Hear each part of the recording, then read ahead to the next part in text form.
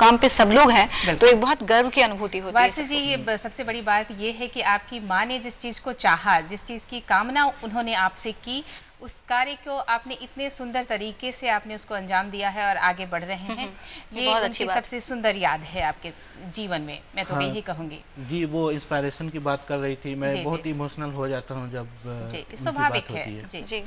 तो वहाँ से वो इंस्पायरेशन मुझे मिला था। आज मेरे पिताजी हैं, वो सारा काम देखते हैं, घर पे कोई नहीं रहता है, सब लोग दिल्ली शिफ्ट कर गए हैं, लेकिन मैं बहुत जुड़ा हुआ हूँ इसलिए कि मैं बहुत डीपली उसमें इन्वॉल्व हूँ। आज वहाँ पे बहुत सारे सामाजिक काम हो रहे हैं, हॉस्पिटल में बन रहा है, डिस्ट्रिक्ट एडमिनिस्ट्रेशन के सहयोग से मदरसा चल रहा है, स्कूल चल रहा है, जहाँ पे ओपन स्कूल का मैंने स्टडी सेंटर लिया है, जहाँ पे लोग हाई स्कूल और इंटर की परीक्षा दे रहे हैं। वो बच्चे जो कभी सोचे नहीं थे कि मैं स्कूल की डिग्री मुझे मिलेगी। साथ में 1 साल का मानव संसाधन विकास मंत्रालय का 1 साल का डिप्लोमा कोर्स है कंप्यूटर का, वो मैं चलवा रहा हूँ वहाँ पे। पहला बैच अभी इसी जून के एंड तक निकलेगा वहाँ से, फर्स्ट बैच। तो ये सारी चीज़ें वहाँ पे हो रही हैं, सड़कें बन गई हैं गांव में, पीसीसी रोड डीएम से मैंने कहा कि उनसे मदद लेकर के बनवाया है। तो ये सब चीज़ें जो हो रही हैं तो उनसे उनका भला हो रहा। हाँ, अभी एक बैंक के लिए भी मैंने बात की है कि 8-10 किलोमीटर दूर जाना पड़ता है, कभी एटीएम ख़राब है आपको नहीं मिलता है, कभी कैश नहीं है तो पैसे नहीं मिलते हैं लोगों को, तो फिर दोबारा जाना, उसके लिए पैसे खर्च करना, तो वो सारी चीज़ें सहूलत में बहुत इलाके के लोग में आप काफ़ी कुछ कार्य कर रहे हैं। मैं देख रही हूँ वारसी जी कि हर क्षेत्र पर आपकी नज़र है, जो भी कमियां हैं या जो परेशानियां हैं अनुजा, हर चीज़ को इन्होंने दूर करने की कोशिश की अपने गांव के लिए, और एक बहुत अच्छी सोच है वारसी जी, मैं इसकी सराहना करती हूँ, क्योंकि हर कोई जो है, चलिए आपको ईश्वर ने वो अवसर दिया कि आपने अपने आप को स्टैब्लिश किया, अपने गांव के लिए, अपने समाज के लिए करना और उसमें शामिल रहना, ये बहुत अच्छी सोच है आपकी। अच्छा, इन्होंने मदरसे की बात कही थी कि इन्होंने मदरसा भी बनवाया है, स्कूल्स और हॉस्पिटल्स। मदरसे के बारे में थोड़ा जानना चाहूँगी कि जो हमारे देश में स्थिति है, किस हालत में है मदरसे, और क्या उनको बेहतर करने के लिए किया जाना चाहिए? हाँ, देखिए, अक्सर ये ऐसा होता है कि ना, इस पर लोग चर्चा नहीं करते हैं, बात नहीं करते हैं। ये मदरसा जो एजुकेशन सिस्टम है, ये भी हमारे एजुकेशन सिस्टम का एक पार्ट है, और जब कोई भी सिस्टम में कोई एक चीज़ कमज़ोर होती है तो उसका इम्पैक्ट जो है ना सारे सिस्टम पे पड़ता है। तो मेन स्ट्रीम में लाने के लिए जो मॉडर्नाइजेशन ऑफ मदरसा है, हम उस पर काम कर रहे थे, मैंने उस पर लिखा भी है कि वो होना चाहिए। हम ट्रेडिशनल एजुकेशन से हट के मदरसा एजुकेशन जो होता है एक रिलीजियस एजुकेशन होता है, और रिलीजियस एजुकेशन को जब तक हम जॉब से लिंक नहीं करेंगे तब तक हम आगे नहीं बढ़ सकते हैं। तो गवर्नमेंट का भी ये रहा है, कोशिश किया है गवर्नमेंट ने कि जो आप रिलीजियस एजुकेशन दे रहे हैं वो देते रहिए, साथ में मॉडर्न एजुकेशन भी दीजिए, जो साइंस है, फिर और भी जो सोशल साइंसेज हैं, इंग्लिश है, वो भी पढ़ाइए, ताकि वो भी एक समाज में बराबरी का एहसास हो उनके अंदर, और मेन स्ट्रीम एजुकेशन में आगे बढ़ के अपना शेयर ले सके, अपना योगदान दे सकें, और एक कम्युनिटी के डेवलपमेंट में अपना रोल प्ले कर सकें। तो उसके लिए मैंने वहाँ पे एक मॉडर्न एजुकेशन करके, मॉडर्न एजुकेशन के साथ साथ वहाँ पे जो दीनी तालीम हम बोलते हैं, रिलीजियस एजुकेशन, वो भी दे रहे हैं। और इस पे बात करने की ज़रूरत है, इसको नेगलेक्ट करके हम आगे नहीं चल सकते, क्योंकि शरीर का कोई भी अंग अगर ख़राब होता है तो पूरे शरीर को इम्पैक्ट करता है। वो जो एग्जामिनेशन सिस्टम है उसमें बदलाव आ रहा है। अभी मेरी कल चेयरमैन जो मदरसा बोर्ड हैं, प्रोफेसर मुमताज़ आलम, उनसे बात हो रही थी। ये ही इज़ वेरी ऑनेस्ट, मतलब कि बहुत ही ईमानदार आदमी है, लेकिन क्या होता है कि हमारे समाज में निगेटिव सोच के लोग भी हैं। तो जब तक हमारे सोच में पॉजिटिव सोच के साथ आगे नहीं बढ़ेंगे, हम बदलाव लाना मुश्किल हो सकता है। लेकिन वो चेयरमैन बहुत बदलाव के साथ आगे बढ़ने की कोशिश कर रहे हैं, और हमें लगता है कि लोगों का सपोर्ट भी है, और आगे आने वाले दिनों में मदरसा का जो स्वरूप है वो भी बदलेगा, और ज़रूर बदलेगा, मुझे ऐसा लगता है। वारसी जी, आपके सामाजिक कार्यों के बारे में हम जानकारी ले रहे थे कि किस तरह से आप दूर रहते हुए भी अपनी माटी से जुड़े हैं और अपने गांव के विकास के लिए इतने सारे कार्य कर रहे हैं। हम अगर समाज की बात करें ना, तो मैं ये चर्चा स्पेशली करना चाहूँगी कि हमारे यहाँ अनुजा रेलवे दुर्घटनाएं बहुत बढ़ गई हैं, और कभी क्रॉसिंग पार करते हुए सावधानी नहीं रखते हुए ये ऐसी दुर्घटनाएं हो जाती हैं, क्या कहेंगे? देखिए, आपने खुद ही कहा कि सावधानी नहीं रखते हुए होता क्या है कि मैं अगर थोड़ी देर के लिए आपको अमेरिका ले चलूं तो वहाँ पे जो है ना कार्य शैली जो है ना, सोच जो है ना, बहुत ही डिफरेंट है यहाँ पे।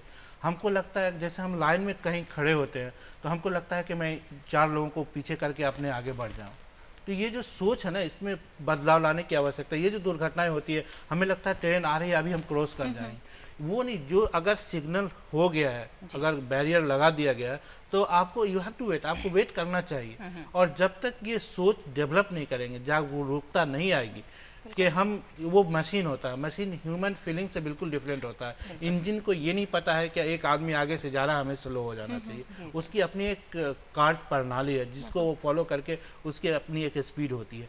हमें सोचना है कि हम अपने आप को किस तरह से ढालें कि हमारे समाज में कोई क्षति नहीं हो, कोई कमी नहीं हो। तो जो चीज़ें हैं, जो गाइडलाइंस है, जो गवर्नमेंट है, अब आप सिग्नल, आपका रेड सिग्नल से आपको रुकना चाहिए। तो ये हमारे अंदर कमी है, हमारे अंदर जागरूकता लाने की जरूरत है। जागरूकता ला करके ही हम इन सब चीज़ों को कम कर सकते हैं। सोच में बदलाव लाने की हमने ये चर्चा खासकर इसलिए की कि हम भारतीय रेल लेवल क्रॉसिंग जागरूकता सप्ताह मना रहे हैं 2 जून से 6 जून 2014 में। दर्शकों, आज है 4 जून। इसके अलावा अंतर्राष्ट्रीय लेवल क्रॉसिंग जागरूकता सप्ताह भी हम 3 जून से मना रहे हैं। इस अवसर पर हमारे पास एक संदेश है श्री मधुरेश कुमार झा जी का, जो महाप्रबंधक हैं पूर्व मध्य रेल के। आइए आपको दिखाते हैं ये संदेश।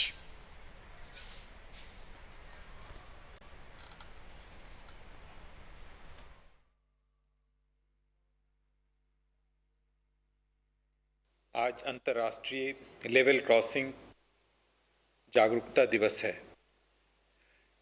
इस अवसर पर हम मानव रहित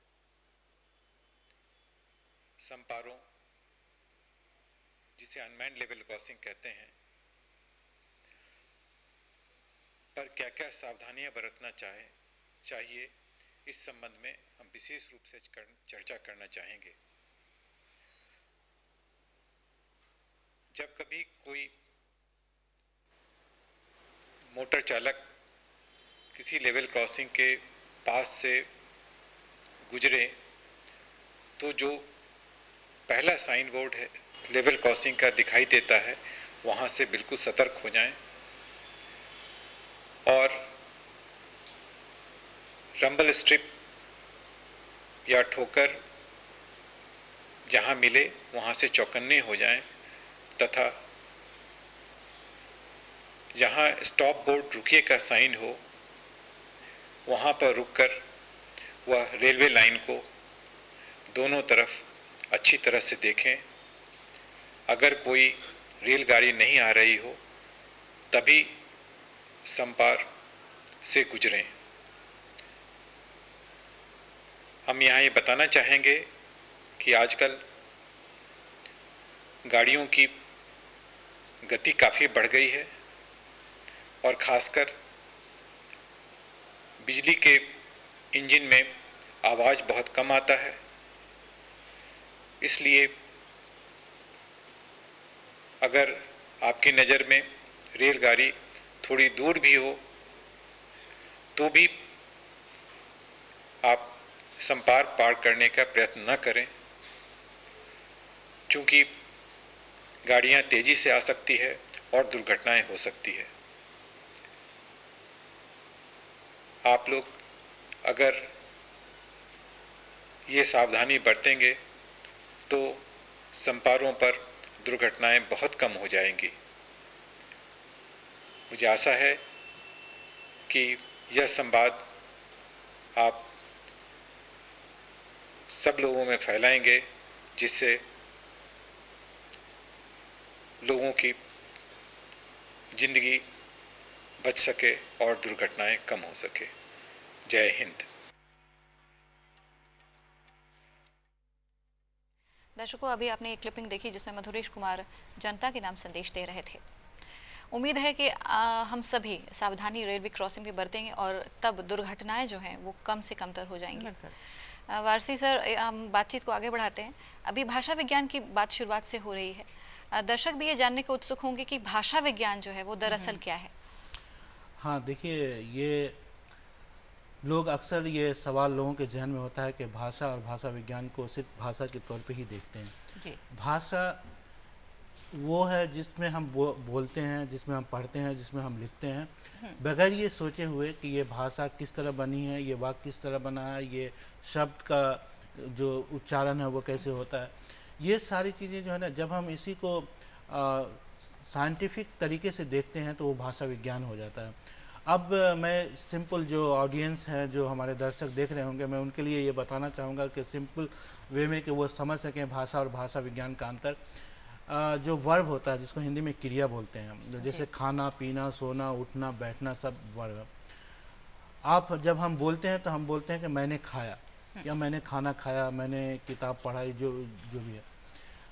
तो लेकिन जब हम बोलते हैं कि मैं सोया तो हम ने नहीं लगाते हैं। कभी आपने सोचा नहीं होगा कि आप बोलते हैं, हम धारा प्रवाह बोलते हैं, हिंदी हमारी मातृभाषा है, हम बोलते हैं बगैर ये सोचे हुए कि किस तरह बनती है, उसका कारण नहीं हमको पता होता। कारण तो वही कारण की स्टडी जो है भाषा विज्ञान में आप करते हैं। तो जो आप वहाँ पर पढ़ाते हैं, जो सब्जेक्ट आप ये भाषा विज्ञान की शिक्षा देते हैं, तो वो किस तरह से चैप्टराइजेशन होता है, क्या क्या होता है इसमें? तो भाषा विज्ञान एक ऐसा क्षेत्र है जो भाषा की उत्पत्ति से लेकर के जो एक्सपोजर है वहाँ तक, जो कम्युनिकेशन है वहाँ तक के स्टडी को हम भाषा विज्ञान के अंदर देखते हैं। जो भाषा विज्ञान का सबसे पहला ब्रांच है उसको हम फोनेटिक्स बोलते हैं। फोनेटिक्स वो होता है जो scientific study of speech sounds होता है। वो क्या होता है कि जब लंग्स से एयर फ्लो करता है, ओरल कैविटी जो माउथ से निकलता है, उस प्रोसेस में जितने भी ऑर्गन्स इन्वॉल्व होते हैं, जैसे हम उसको टेक्निकल टर्म्स में या लिंग्विस्टिकली जैसे प और ब बोलते हैं हिंदी में, अगर हम दें तो बाइलेबियल उसको बोलते हैं। बाइलेबियल क्यों बोलते हैं? दोनों लिप्स के सपोर्ट से वो बोला जाता है। अच्छा। तो नेजल होता है जो नाक, जिसके सहारे, नाक के सहारे वो नेजल साउंड बोलते हैं। म होता है, न होता है, ये होता है। कुछ नेजलाइज्ड साउंड होते हैं जो जिसमें न पूरा नहीं बोलते हैं, जैसे किंग है, रिंग है, तो जिसमें न और ग मिल जाता है, इस तरह से। तो ये सारे इसको नेजलाइज्ड बोलते हैं। तो इसमें इसको हम फोनेटिकली स्टडी करते हैं कि कितने लेटर्स हैं, किस किस पॉइंट्स ऑफ आर्टिकुलेशन क्या है, मैनर ऑफ आर्टिकुलेशन किस मैनर में हम बोलते हैं। तो ये सारे की साइंटिफिक स्टडी होती है जिसमें वोकल कॉर्ड्स इन्वॉल्व होता है, लोअर अपर जॉ इन्वॉल्व होता है, अपर लोअर टीथ इन्वॉल्व होता है, टंग इन्वॉल्व होता है। जैसे कुछ साउंड्स ऐसे हैं जो इंग्लिश में नहीं, हमारे हिंदी में है, उसको हम रेट्रोफ्लेक्स साउंड बोलते हैं। जैसे ट, ठ, ड, ढ, ये जो होता है ये हिंदी में है, इंग्लिश में नहीं है। तो उसको हम, आपने देखा होगा, या जो हमने बहुत सारे भाषाओं से हिंदी में लिया है, जैसे कभी कभी आपने देखा होगा कि क के नीचे डॉट होता है या फ के नीचे डॉट होता है, तो डॉटेड कैरेक्टर जो है ना इंडिकेट करता है कि ये हमने किसी और भाषा से हिंदी में लिया है। तो ये सारे जो साइंटिफिक स्टडी है इसको फोनेटिक्स कहते हैं, जो भाषा विज्ञान लिंग्विस्टिक्स का एक पार्ट है। उससे आगे जब हम बढ़ते हैं तो उसका दूसरा ब्रांच है मॉर्फोलॉजी। ये सब बायोलॉजिकल टर्म्स है, लेकिन बायोलॉजी जो है पूरे शरीर के स्टडी को हम फिजिकल स्टडी को बोलते हैं, और जो एक पार्ट है जो ऑर्गन्स ऑफ स्पीच है उसके स्टडी को हम लिंग्विस्टिक्स बोलते हैं या फोनेटिक्स। तो दूसरा जो है वो मॉर्फोलॉजी का है। मॉर्फोलॉजी क्या होता है? स्टडी ऑफ वर्ड्स कैसे बनता है। अच्छा अच्छा। उसकी स्टडी को मॉर्फोलॉजी कहते हैं। फिर उससे आगे बढ़िए एक सिंटैक्स होता है। सिंटैक्स जो सेंटेंस के स्टडी को हम कहते हैं, कहाँ पे सब्जेक्ट आएगा, कहाँ पे वर्ब आएगा, कहाँ पे जैसे हमने कहा कि ने लगेगा, कहाँ पे ने नहीं लगेगा, कहाँ पे वाक्य रचना, एग्जैक्टली वाक्य रचना जो है उसको हम सिंटैक्स कहते हैं। उसके बाद सिमेंटिक्स होते हैं, मीनिंग की स्टडी को। वो मीनिंग की स्टडी बहुत इंपॉर्टेंट है, क्योंकि बहुत सारी जगह ऐसे होते हैं कि मीनिंग एम्बिगुअस हो जाती है। इसके लिंग्विस्टिकली जो हम कभी एग्जाम्पल देते हैं, इंग्लिश में एग्जाम्पल्स है कि flying plane can be dangerous. तो आप फ्लाइंग जो वो एरोप्लेन जो हवा में उड़ रही है वो डेंजरस है, या हम एरोप्लेन में जो बैठ के उड़ रहे हैं वो डेंजरस है। या एक केस में एक मुकदमा चल रहा था, बहुत पहले की बात है, सागर यूनिवर्सिटी के एक प्रोफेसर थे, सेमिनार में बताए थे कि सूरज लाल था। अब सूरज जो सन डूब रहा था, सूरज उस वक्त उसका कलर लाल था, या सूरज लाल एक नाम है आदमी का, वो उस इंसिडेंट के वजह अलग अलग अर्थ निकल जाते हैं। तो जो मीनिंग की स्टडी है उसको हम सेमांटिक्स बोलते हैं। तो ये एक पूरा इसके और भी ब्रांच है। इसको हम जब कंप्यूटर से जोड़ते हैं तो कंप्यूटेशनल लिंग्विस्टिक्स हो जाता है, जो मशीन ट्रांसलेशन है और भी जितने टैगिंग्स होते हैं वो सारे कंप्यूटर से रिलेटेड होते हैं। साइकोलॉजी से जोड़ते हैं तो ये साइको लिंग्विस्टिक्स हो जाता है। सोशियोलॉजी से जोड़ते हैं तो सोशियो लिंग्विस्टिक्स हो जाता है। ये सारे ब्रांचेज हैं। हिस्ट्री से जोड़ते हैं तो हिस्टोरिकल लिंग्विस्टिक्स हो जाता है। तो ये अपने आप में एक बहुत बड़ा क्षेत्र है, लेकिन हमें जानकारी कम क्यों है? आपको एक बात और भी बता दूं कि भाषा विज्ञान की दृष्टि से India is the richest linguistic nation in the world. सबसे रिच है, लेकिन अनफॉर्चुनेटली सबसे कम काम भी भाषा के ऊपर हम ही लोगों ने किया है, और अधिक काम इस मल्टीलिंगुअलिज्म का सबसे ज़्यादा एडवांटेज फॉरेन स्कॉलर्स ने लिया। इवन पहला लिंग्विस्टिक सर्वे जो हुआ था वो भी किसी फॉरेन स्कॉलर्स ने किया था 60s में। अब जाके जो लास्ट गवर्नमेंट थी यूपीए गवर्नमेंट, उन्होंने एक इनिशिएट किया है कि second linguistic survey of India के अब वो देख रहे हैं। तो आज के दौर में ये सब चीज़ें जो हो रही हैं, तो इसका जो ज़्यादा कैरियर है इसमें भाषा विज्ञान में, वो पिछले कई दशकों से फॉरेन यूनिवर्सिटीज़ में तो थी या फॉरेन कंट्रीज में आप कह लें, लेकिन भारत में एज ए कैरियर के तौर पे भाषा या भाषा विज्ञान को हम नहीं देख पाए। बिल्कुल। होता क्या है, अभी भी बहुत कम दिखता है वारसी जी, जैसे कि कम ही उदाहरण मिलते हैं अनुजा जो इस क्षेत्र में आगे। क्या कहेंगे इसमें करियर विकल्प कैसे हैं? हाँ देखिए, अब करियर विकल्प की तरफ आते हुए जब हम बात करेंगे तो उसमें ये हुआ है कि पिछले 10 सालों में भाषा विज्ञान की अहमियत को लोगों ने, स्कॉलर्स ने, खास करके गवर्नमेंट ने माना है और समझा है। इसलिए अब जितनी भी सेंट्रल यूनिवर्सिटीज़ खुली हैं, जितने भी IITs खुले हैं, उन सब में एक ह्यूमैनिटीज और सोशल साइंस का जो एरिया है उसमें लिंग्विस्टिक्स और कल्चर को रखा गया है, क्योंकि लिंग्विस्टिक्स और कल्चर के बगैर जो है हम एक दूसरे को समझ नहीं सकते हैं। तो हमको भी आपस में समझना है ताकि हम दूसरे को समझा सकें। बाहर के लोगों ने आके यहाँ पे रिसर्च किया है, हम नहीं कर पाए। जॉब प्रोस्पेक्ट, आप देखिए, जब हमने MA किया था, मैं पहला स्कॉलर था जब अलीगढ़ से डायरेक्ट टीचिंग के लिए US गया था।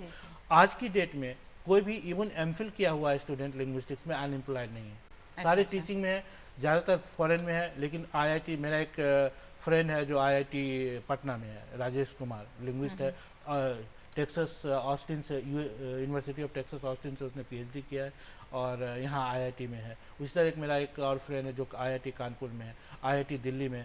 तो अब सब जगह ये बढ़ रहा है। अब ये है कि इसकी जागरूकता गांव तक पहुंचानी है, उन इलाकों तक पहुंचानी है, उन लोगों तक पहुंचानी है जिन्हें भाषा विज्ञान के बारे में अभी तक जानकारी नहीं है, क्योंकि इसमें कैरियर की संभावना अब बहुत ज़्यादा बढ़ गई है। आप अगर कोई भी सॉफ्टवेयर बगैर लिंग्विस्ट की कोई सॉफ्टवेयर नहीं बना सकता है। कोई भी मेडिकल इंस्टीट्यूशंस में, जो बड़े बड़े मेडिकल इंस्टीट्यूशन में, वहाँ उनको